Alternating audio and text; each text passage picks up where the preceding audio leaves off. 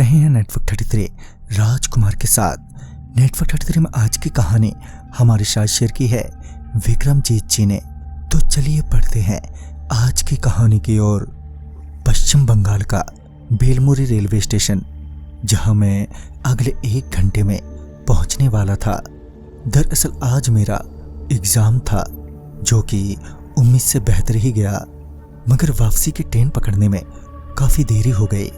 खैर बाद में ट्रेन भी मिली और ट्रेन में एक साथी भी। बातों बातों में पता चला कि हम दोनों एक ही गांव के हैं, मगर मैंने पहले कभी भी मोहन को गांव में देखा नहीं था। और बातों बातों में वक्त अच्छे से कट गया और हमारा स्टॉप यानी कि रेलवे स्टेशन भी बस आने ही वाला था। और तभी मेरे पिताजी का भी फ़ोन आ गया। फ़ोन पर उन्होंने बताया कि मुझे थोड़ी देर हो जाएगी रेलवे स्टेशन पहुंचने में, तो तुम ऐसा करना कि ट्रेन से उतरने के बाद वहीं स्टेशन पर ही रुके रहना जब तक मैं वहां ना आ जाऊं। पिताजी की चिंता भी स्वाभाविक ही थी, क्योंकि एक छोटा सा स्टेशन होने के कारण दिन ढलते ढलते स्टेशन वीरान सा हो जाता है, और ऊपर से अभी रात के 2 बजने को थे। ऐसे में तो स्टेशन के साथ साथ पूरा का पूरा गाँव ही वीरान हो जाता है। मैंने भी पिताजी को कह दिया कि ठीक है पिताजी, मैं स्टेशन से बाहर नहीं निकलूंगा, आप चिंता मत करो। पिताजी के फ़ोन रखने के करीब 10 मिनट बाद मैं और मोहन स्टेशन पर उतरे, जहां अंधेरे के साथ साथ घना कोहरा भी छाया हुआ था। सर्दी अपने उच्चतम स्तर पर थी। हम दोनों वहीं टिकट विंडो के पास वाले बेंच पर जाकर बैठ गए, क्योंकि पूरे स्टेशन में एक उसी जगह पर थोड़ी रोशनी थी। अभी मोहन के पिताजी भी आने वाले थे। हम दोनों वहीं स्टेशन के बेंच पर बैठे बैठे यहाँ वहाँ की बातें ही कर रहे थे कि किसी ने मोहन का नाम पुकारा। मोहन अपना नाम सुनते ही इधर उधर देखने लगा, मगर घना कोहरा होने के कारण कुछ दिखाई नहीं दे रहा था। मगर कोई लगातार मोहन का नाम लेते हुए आवाज लगाई जा रहा था। तभी उस कोहरे में हमें कोई शख्स हमारी ओर आता हुआ नजर आया। उस शख्स को देखते ही हम दोनों अपने बेंच से उठ खड़े हुए, और जब वो शख्स हमारे करीब पहुंचा तो मोहन बोला, पापा आप? मोहन के मुंह से पापा सुनते ही मेरी बड़ी सांसें नॉर्मल होने लगी। उसके पापा ने मोहन को बिना कुछ बोले ही अपने साथ चलने का इशारा किया और वो पीछे मुड़ गए। मोहन ने जाने से पहले मुझसे कहा, अरे बंधु, तुम यहाँ पर अकेले क्या करोगे? वैसे भी हम एक ही गांव के हैं, तो तुम भी मेरे साथ चले चलो, आपके पिताजी रास्ते में ही मिल जाएंगे। मोहन की बात भी सही थी।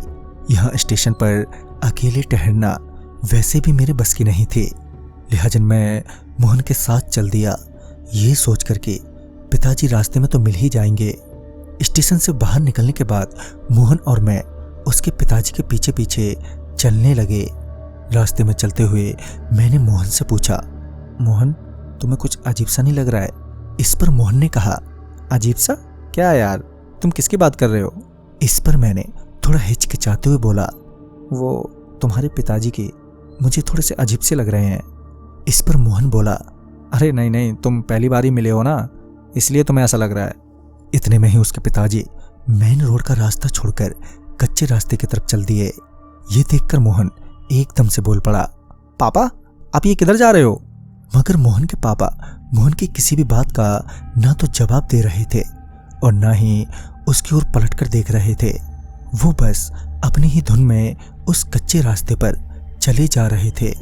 जब मोहन के कई बार पूछने पर भी उसके पिताजी ने कोई जवाब नहीं दिया, तो मोहन भी अपने पिताजी के पीछे पीछे चल दिया और मैं वहीं पर सड़क पर अकेला खड़ा रह गया।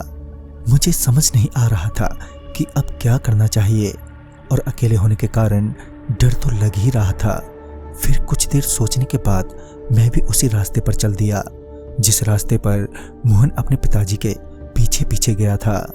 उस रास्ते पर कुछ आगे जाने पर मुझे एक बड़ा सा टूटा हुआ गेट नजर आया। जब मैं उस गेट के करीब पहुंचा तो मैंने देखा कि वो कोई कब्रिस्तान है, जिस वजह से अब मेरी हिम्मत नहीं हो पा रही थी कि मैं उस कब्रिस्तान के अंदर दाखिल हूँ।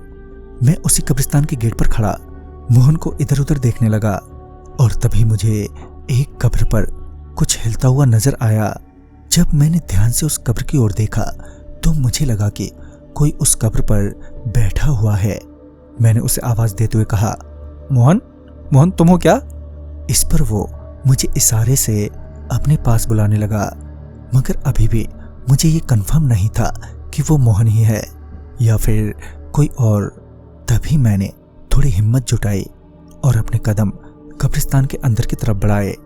मैंने जैसे ही अपने कदम कब्रिस्तान के अंदर बढ़ाए कि अंदर से एक कटा हुआ सर मेरे पांव के पास आकर गिरा, और जैसे ही मैंने उस सर को देखा तो मैं चीखते हुए वहां से भागा।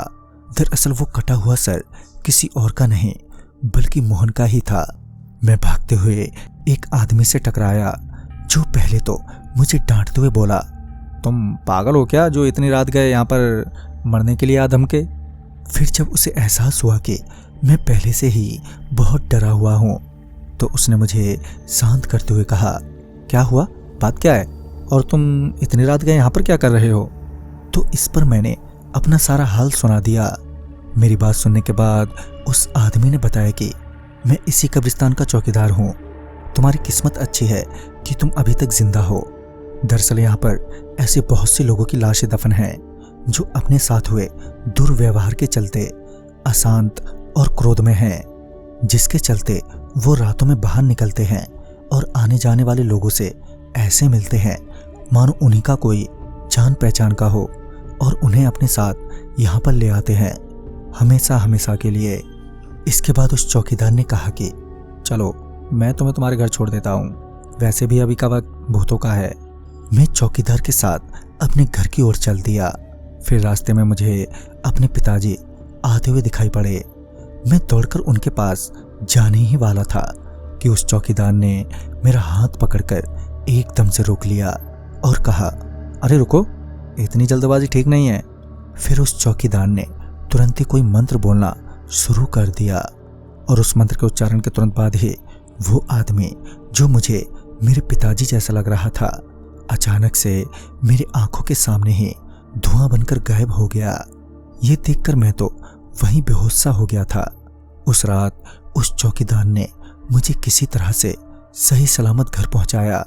फिर घर पहुंचने के बाद पता चला कि पापा का रास्ते में ही एक्सीडेंट हो गया है और वो अस्पताल में है। तो दोस्तों, ये तो थी मेरी जिंदगी की पहली और आखिरी भूतिया घटना।